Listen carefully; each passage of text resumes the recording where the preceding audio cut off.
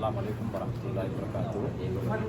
நாடு பூராகவும் அனர்த்தத்துக்குட்பட்டிருக்கின்ற இந்த சந்தர்ப்பத்திலே இந்த அனர்த்தத்திலிருந்து மீண்டும் மக்களை இயல்பு வாழ்க்கைக்கு கொண்டு வருவதற்காக பல தொண்டு நிறுவனங்கள், பல அமைப்புகள், பல பள்ளிவாசல் சம்மேளனங்கள் இந்த நாடு பூராகவும் செயற்பட்டு வருகிறார்கள். அனைவருக்கும் அல்லாஹ் தஆலா அருள் புரிய வேண்டும்.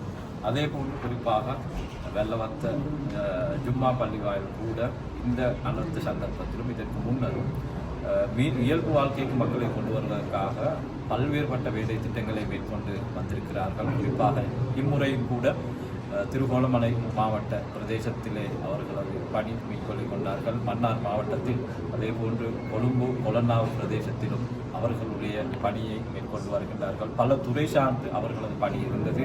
குறிப்பாக ஆரம்ப கட்டமாக மக்களை இந்த அனர்த்தத்திலிருந்து பாதுகாக்கின்ற பணிக்காக அவர்கள் அதுக்காக அரசாங்கத்துடன் இணைந்து அவர்கள் பல்வேறுபட்ட உதவிகளை புரிந்தார்கள். அதன் பின்னர் அனர்த்தத்தினால் ஏற்பட்ட கழிவுகளை அகற்றுவதற்காக வீடுகளை துப்புரவு செய்வதற்கான பணிக்கும் அவர்களுடைய மஹல்லாவிலிருந்தும் பிரதேசத்திலிருந்தும் பலரையும் அதற்காக அமர்த்தி நாடு பூராகவும் பலரையும் அதற்காக அழைத்து அந்த பணியையும் மேற்கொண்டு வந்தார்கள்.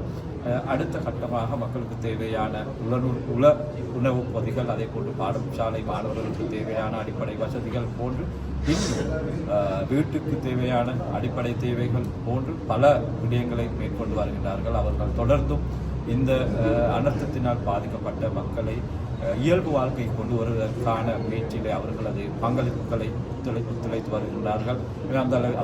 எனவே அந்த வகையில் அவர்களுக்கு நன்றியை தெரிவித்துக் கொள்வதோடு வல்ல அல்லாஹ்விடம் பிரார்த்திக்கின்றேன். அனைவருக்கும், குறிப்பாக இந்த பணியில் ஈடுபடுகின்ற அனைவர்களுக்கும் பணத்தாலும் உடலாலும் பல்வேறு விதமாக இது பணி செய்கின்ற அனைவருக்கும் அல்லாஹ் தஆலா பூரண ஆரோக்கியத்தை கொடுத்து அவர்களுடைய சொத்துக்களில் மென்மேலும் விருத்தியை கொடுத்து இந்த நற்பணிகளிலே தொடர்ந்தும் அவர்களை ஈடுபடுத்தி பொருந்திக் கொள்ள வேண்டும் என இந்த சந்தர்ப்பத்தில் பிரார்த்தித்துக் கொள்கிறேன்.